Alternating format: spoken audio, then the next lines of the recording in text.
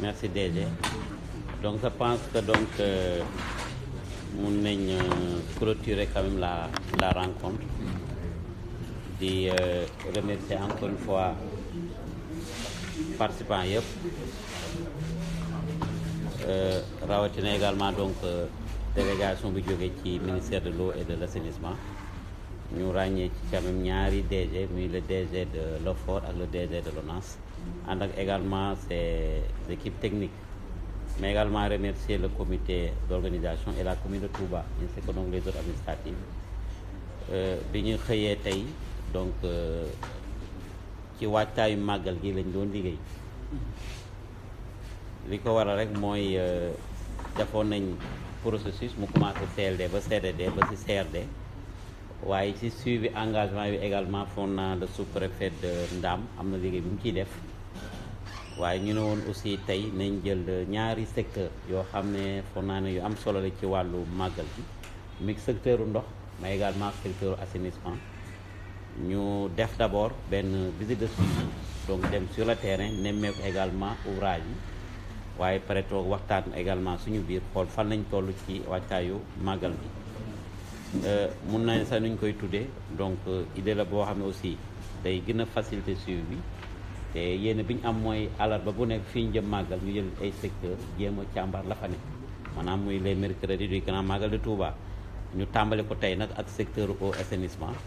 mais incha allah am nañu yaakaar bii di ñëw même su fekkee ne muy su wàllu infrastructure routière ndax foog naa ne Promoville wax nañ ci léegi mais dañ ko bëggoon def rek par secteur moo tax quand même invité wuñu woon Promoville mais suñuy aborder peut-être l'aspect routier donc du ñàkk Promoville ak Ageroute dinañ ci teew comme ni ñu ko defee nii tey dem sur le terrain xool également fu liggéey bi toll. waaye di wax rek ne ci li ñu si jot a gis foog naa ne dal na suñu xel ci wàllu wàccaay ci ñaari secteurs yëpp. duñ def nag comparaison par rapport ak édition yi passé mais liñ gisagum foog naa ne xel mun na ci dal ci màggal gi nga xam ne moom lañ jël soo jëlee ci wàllu ndox rek foog naa ne ñeenti forage yi nga xam ne état du Sénégal tàmbali ni ko yaakaar naa ne liggéey bi la ca des pratiquement mooy mise en service te foog naa ne engagement yi DG jël fii ci kanamu équipe bi yaakaar naa ne fii ak incha allah le 30 lépp luy réception mën nañ ko terminer mais li ci ëpp solo rek mooy incha allah balaa le 5 septembre ñu fexe ba forage bees yooyu dox maanaam 10 jours avant la màgg nga xam ne aussi dinañ am jot pour xool su dee am na jafe-jafe ñu buñ ko jéem koo jubante balaa màggal. yaakaar naa léegi rek bi ñuy waaj a pré-réunion bi foog naa ne les images sont parvenues muy ba nga nekk xam ne moo nekk hôpital Matlaboul Fawzani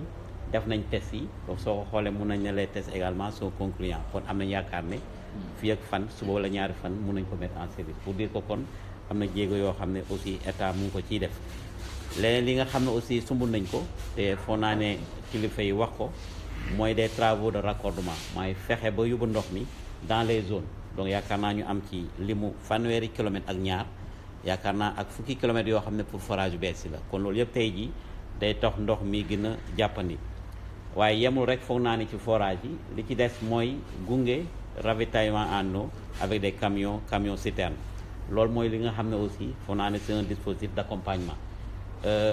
L'idéal foog naa defoon nañ ko daaw mu joxe ay résultats engagement yi aussi def foog naa ne feddaliwaat nañ ko mooy teel a indi camion citerne yi pour dimbale ñi nga xam ne am nañ ay réservoir ñu teel a remplir donc yaakaar naa ne loolu également échéance bi nee nañ altine camion yooyu foog naa dinañ mën a egsi jàppale encore askan wi maanaam déjà loolu day tax population yi mën a gën a fagaru. leneen également mooy yi ñu si doon seetlu benn forage la boo xam ne moo fi paanoon muy forage u Daaru Marnaan li nga xam ne kilifa yi jël nañ ko ci d'abord mooy entreprise bi nga xam ne war na ko saytu déjà mi ngi ci yoon pour xool nan la ñu mën a récupérer forage boobu bi nga xam ne aussi moo nekkoon paan ci ay fan yi weesu waaye loolu sax foo naa ne du tax ñu yem ci lool ndax la ñuy def mun naa mu bañ a antu waaye am nañ ci yaakaar ne dina antu waaye terewul engagement yi nga xam ne aussi jël nañ ko mooy fexe raccorder maintenant réseau boobu à partir ci forage yi nga xam ne ñoo ci gën a jege muy lu mel ni Touba Ndiarème wala Arafina ak yeneen yi nga xam ne aussi xalaat na ne jege nañ ko loolu yëpp dina tax aussi même su fekkee ne ñu ngi koy dépanner te doxul système boobu ñuy def dina tax zone boobu aussi mun a am ndox waaye tamit camion citerne yi ndax foo naa ne zone boobu mooy englober la résidence Darou Marnane am nañu yéen positionné fa également ay camions citernes pour parer à toute éventualité maanaam lépp rek ci faggandiku lay doon nga xam ne ci li doxul nañ fexe ba beneen système bi nit ñi am ci ndox kon loolu également ñu ngi koy ci rafet lu baax leneen li également mooy benn forage du ñu dafa panne mais dafa inondé te bañ également équipement yi yàqu moo tax ñu arrêté ko le temps que ñu mën koo defar waaye mesures yi ñu ci jël li ci jiitu mooy fexe ba ndox mi jóge fa foofu naa ne ku fa dem tey gis les sapeurs pompiers ñu nga fa bëgg a évacuer ndox mi ak benn dispositif de pompage.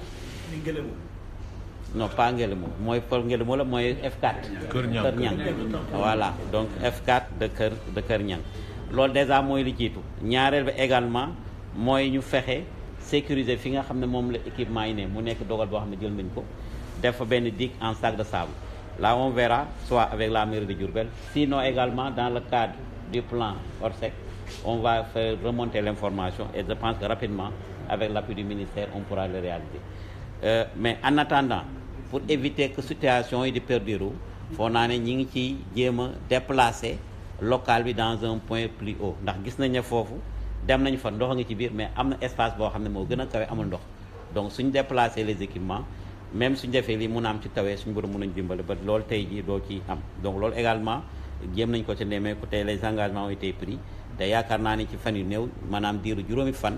am nañ yaakaar ne liggéey boobu dina yemb ba forage boobu également dina dugaat dans le dispositif kon li ci am solo rek mooy engagement yi nga xam ne mu lañ ci tënk y aura un suivi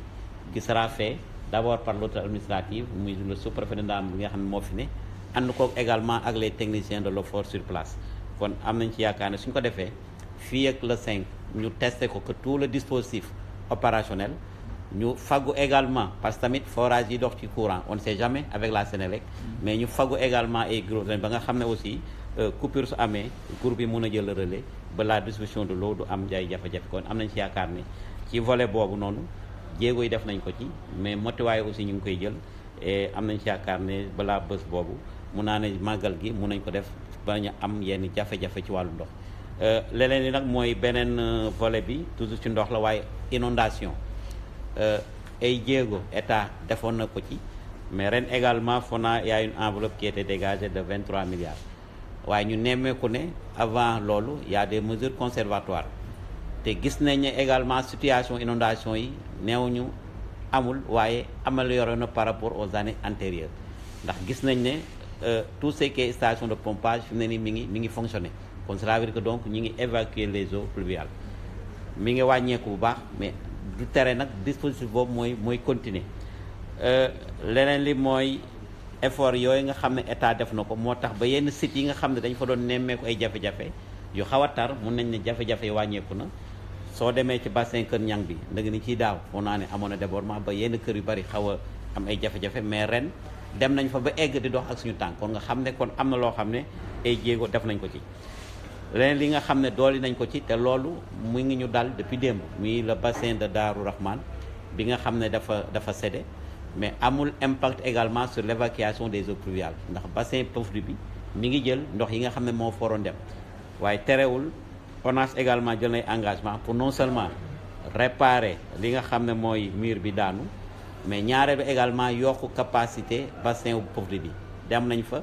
gis nañ ne ouvrage travaux yi commencé na ak benn pocolin mais mieux pour aller vite pour ñu mën ko accélérer y aura un autre pocolin boo xam dina ñëw pour ñu gën a gaawal li nga xam ne mooy yokku bassin bi mais en attendant yaakaar naa ne fexe nañ ba dévier ndox mi doon dem di yàq ci tool yi pour mu dem ci dég ba kon loolu également bokk na ci jéego yoo xam ne suñ ko defee dina continuer mais du tere dina am ay camions hydrocureurs qui seront mis à la disposition de l'autorité administrative pour fi nga xam ne am nañ fa jafe-jafe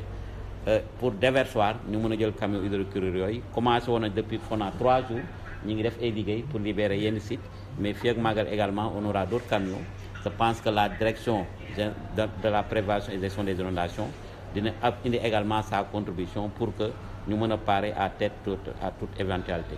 mais priorité c'est vraiment d'essayer de libérer tous les axes routiers pour que dem beeg dikk bi gën a yomb biir Touba